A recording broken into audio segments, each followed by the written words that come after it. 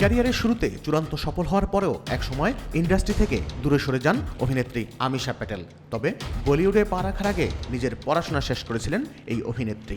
তাই তো ক্যারিয়ারের শুরু থেকে তাকে একটি বিশেষ প্রশ্নের সম্মুখীন হতে হয়েছে বারবার, সেটি তার বয়স নিয়ে। সম্প্রতি একটি সাক্ষাৎকারে সেই প্রসঙ্গ আবার তুলেছিলেন আমিশা।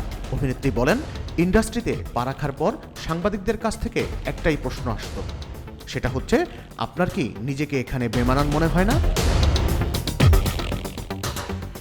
কিন্তু এই অভিনেত্রী বলিউডেও বয়স নিয়ে যেমন ভাবেননি, তেমন প্রেম জীবনেও চ্যালেঞ্জ হিসাবে নিচ্ছেন না। এই মুহূর্তে বয়স 50 ছুঁই ছুঁই আমিশার। এরই মধ্যে গুঞ্জন এলো, বয়সে 19 বছরের ছোট এক যুবকের প্রেমে ডুবেছেন এই অভিনেত্রী। আমিশা প্রথমে আমেরিকার বস্টনে বায়ো ইঞ্জিনিয়ারিং পড়তে শুরু করেছিলেন, কিন্তু তা শেষ না করে বদলে ফেলেন বিষয়। স্নাতক হন অর্থনীতিতে।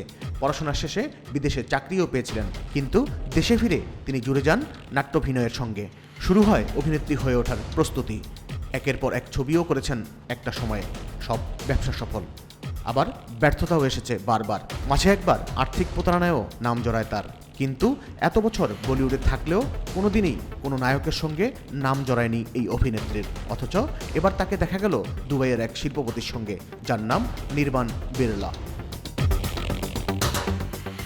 সম্প্রতি একটি ছবি পোস্ট করেছেন আমিশা। সেখানে দেখা যায় আমিশাকে বাহুডোরে আগলে রেখেছেন নির্বাণ।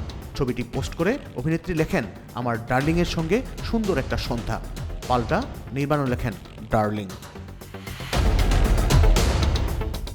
আর তাতেই শুরু হয় গুঞ্জন। তবে কি সম্পর্কের সিলমোহর দিলেন দুজনে?